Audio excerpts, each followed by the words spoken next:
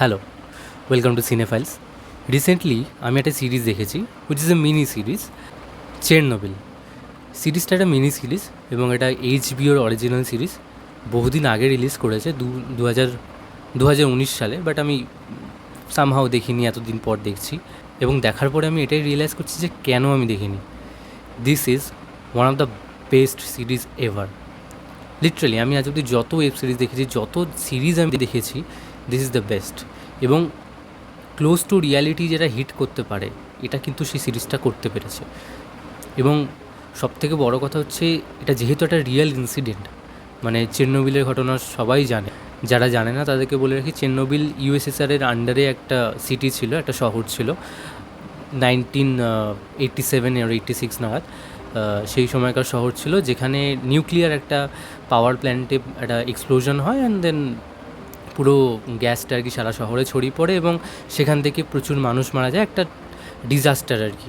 আজ অবধি চেরনোবিল শহরে কেউ থাকতে পারে না, বাট হ্যাঁ, লোকে যেতে পারে। এখন ওই রেডিয়েশনটা অনেকটা কম আছে নিউক্লিয়ারের, কিন্তু এখনও অবধি সেখানে কেউ থাকতে পারে না, স্টে করতে পারে না। সেখানকার লোকেরা তো ওখান থেকে অলরেডি চলে গেছে, যেটা সিরিজেও আমরা দেখতে পেয়েছি। আর তাদের যে পরবর্তী যারা জেনারেশন এসছে, তারাও সেখানে যাওয়ার সেই সাহসটা জোগাড় করতে পারেনি। তো সিরিজটা অনবদ্য একটা সিরিজ, বেশি এপিসোড না, মিনি সিরিজ। 7টা আই থিঙ্ক এপিসোড আছে এবং প্রত্যেকটা এপিসোড দুর্দান্তভাবে স্টেজ করা হয়েছে, ফার্স্ট টু লাস্ট, প্রথম থেকে শেষ অবধি অনবদ্য হয়েছে। প্রথম দুটো এপিসোডে আমি এক এক করে অ্যাকচুয়ালি পয়েন্টে আসছি। প্রথম দুটো এপিসোডে পুরো ডিজাস্টারটা আমাদের দেখানো হয়েছে, একদম ইনিশিয়াল প্রথম দুটো এপিসোডে। সেখানে যেই ক্রুয়েলটিটা দেখানো হয়েছে, যতটা ডেঞ্জারাস এই জিনিসটা হয়েছে, তার প্রত্যেকটা পয়েন্ট আমাদেরকে দেখানো হয়েছে। হ্যাঁ, এবার অনেকেই এখানে একটা কোশ্চেন আছে যে সিরিজটা ইংলিশে কেন? সিরিজটা ইউএসএসআরের আন্ডারে, রাশিয়ার আন্ডারে, তখনকার রাশিয়ার আন্ডারে, তাহলে কেন সিরিজটা রাশিয়ান ভাষাতে নয়, ইংলিশে কেন? তার কারণটা হচ্ছে অডিয়েন্সের সুবিধার্থে।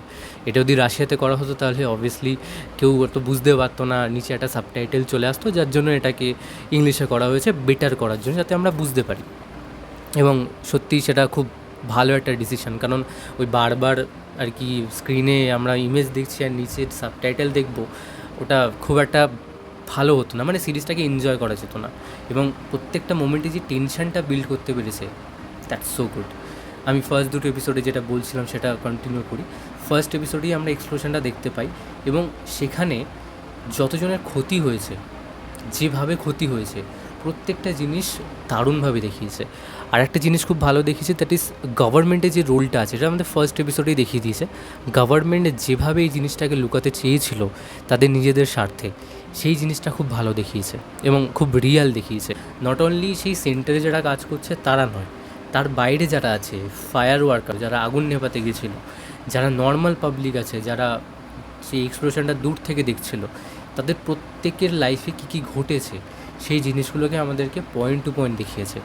যদি একটা বোম ব্লাস্ট হয়, সেখানে যেই ইম্প্যাক্টটা আপনি পাবেন, মানে ইনস্ট্যান্ট যে ইম্প্যাক্টটা পাবেন, সেটা আপনি এখানে পাবেন না। আপনার হাওয়া কিংবা ধুলো আপনার গায়ে আসছে, মিশছে, খুব নর্মাল আপনার মনে হবে, বাট ভেতর থেকে জিনিসটা আপনাকে শেষ করে দেবে। এক্স্যাক্টলি এটাই হয়েছে ক্যারেক্টারগুলোর সাথে। এবং দুর্দান্তভাবে দেখিয়েছে সেই জিনিসটাকে, এত ক্রুয়েলটির সাথে দেখিয়েছে। এবং লাস্ট যে এপিসোডটা, সেটা একটা কোর্টরুম ড্রামার মতো হয়েছে, যে অ্যাকচুয়ালি কে দোষী ছিল, কার কতটা দোষ আছে, সেই জিনিসটাকে পয়েন্ট আউট করেছে। আর যেটা সেকেন্ড যে পয়েন্টটা আমি আসবো, দ্যাট ইজ ডিরেকশন। কারণ এখানে না পাস্ট প্রেজেন্ট এভাবে দেখিয়েছে, যেহেতু একটা এক্সপ্লোশনের পরে এবং আগের যে ভার্সানগুলো আমাদেরকে দেখাতে দেখাতে গেছে, উইচ ইজ টু গুড। খুব ভালো হয়েছে জিনিসটা। এরপর যে জিনিসটা আমি বলবো, যেটা সব থেকে হরিফাইং ছিল, সেটা হচ্ছে ভিজুয়ালি যাদেরকে দেখিয়েছে। ধরুন আজকে একটা ফায়ার ওয়ার্কার, সেই মানে ইনফেক্টেড হলো ওই জিনিসটা থেকে, তার একটা বডিতে সেই জিনিসটা ঢুকে গেল, তাকে হসপিটালে নিয়ে যাওয়া হলো এবং সেইখানে তাকে যেভাবে মেকআপ করিয়েছে, আমরা আস্তে আস্তে দেখতে পাচ্ছি সেই লোকটা আস্তে আস্তে মৃত্যুর দিকে চলে যাচ্ছে, সেইটাকে যেভাবে দেখিয়েছে, দুর্দান্ত।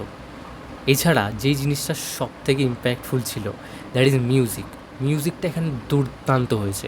স্পেশালি একটা সাউন্ড এফেক্ট আছে, একটা ক্র্যাকিং সাউন্ড এফেক্ট, এখন আপনি যেটা পাচ্ছেন, এই সাউন্ড এফেক্টটা দারুণ হয়েছে। মানে এইটা না আপনাকে অলরেডি একটা টেনশন বিল্ড করাবে, এবং যতই ক্র্যাকিং সাউন্ডটা বাড়বে আপনার এটাই আপনি ফিল করবেন যে টেনশনটা বাড়ছে, এইবার কিছু একটা হতে পারে, এইটা আপনার বারবার মনে হবে। যার জন্য ওই সাউন্ড এফেক্টটা খুব ইম্পর্টেন্ট ছিল এবং দুর্দান্তভাবে ইউজ করেছে ডিরেক্টর এবং এডিটর যারা ছিলেন। এরপর আছে পারফরমেন্স নিয়ে। আমি পার্সোনালি কাউকে চিনি না খুব একটা, অ্যাক্টার যারা যারা ছিল, ইভেন আমি ডিরেক্টরের নামও খুব একটা জানি না। আমার অ্যাসেই মনে হয়েছে যে আমি বহু শুনেছি সিরিজটা নিয়ে, আমার দেখা উচিত, আমি দেখা স্টার্ট করেছি, দেখার পরে আই ওয়াজ লাইক ফাক, আমি এটা কী দেখলাম। যাই হোক, তো অ্যাক্টাররা প্রচণ্ড ভালো পারফর্ম করেছে, স্পেশালি যে লিড রোলে আছে যে অভিনেতা, যে শেষে কোর্টরুমে আর কি সমস্ত সাইলেন্স ভাঙে এবং রিভিল করে যেটা অরিজিনাল যে ঘটনাটা যার জন্য হয়েছে সেই পুরোটাকে রিভিল করে সে দুর্দান্ত কাজ করেছে এবং বাকি যারা যারা রয়েছে প্রত্যেকে খুব খুব ভালো কাজ করেছে। তো ওভারঅল এই সিরিজটাকে আমি 9/10 দেবো।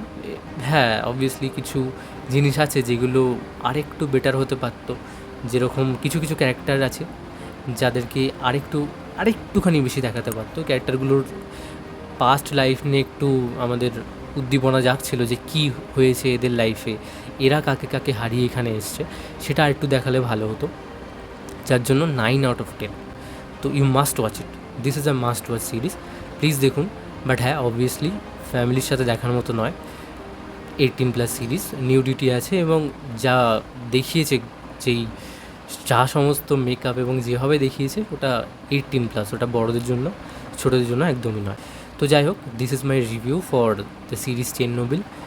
This is a masterpiece. এবং ফিল্ম মেকিং, আমি আরেকটা পয়েন্ট অ্যাড করতে ভুলে গেছি। ফিল্ম মেকিং যারা যারা করতে চায়, ফিল্ম মেকিং নিয়ে একটু বিস্তর আলোচনা করতে চায়, সিনেমাটোগ্রাফি নিয়ে বুঝতে চায়, this series is a master class.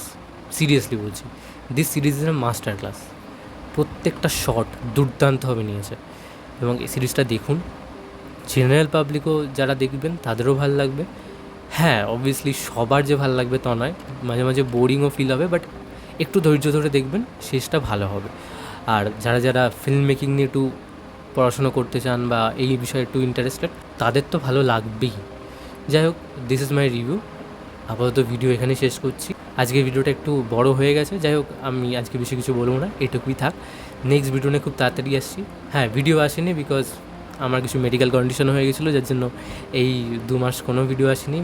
ভেবেছিলাম এই চ্যানেল শুরু করেছি যখন থামবো না, বাট থামতে আমাকে হয়েছে, বাট আশা করছি এবার আর থামবো না। যাই হোক, নেক্সট ভিডিওতে দেখা হচ্ছে, তব তক কে লিয়ে বাই বাই।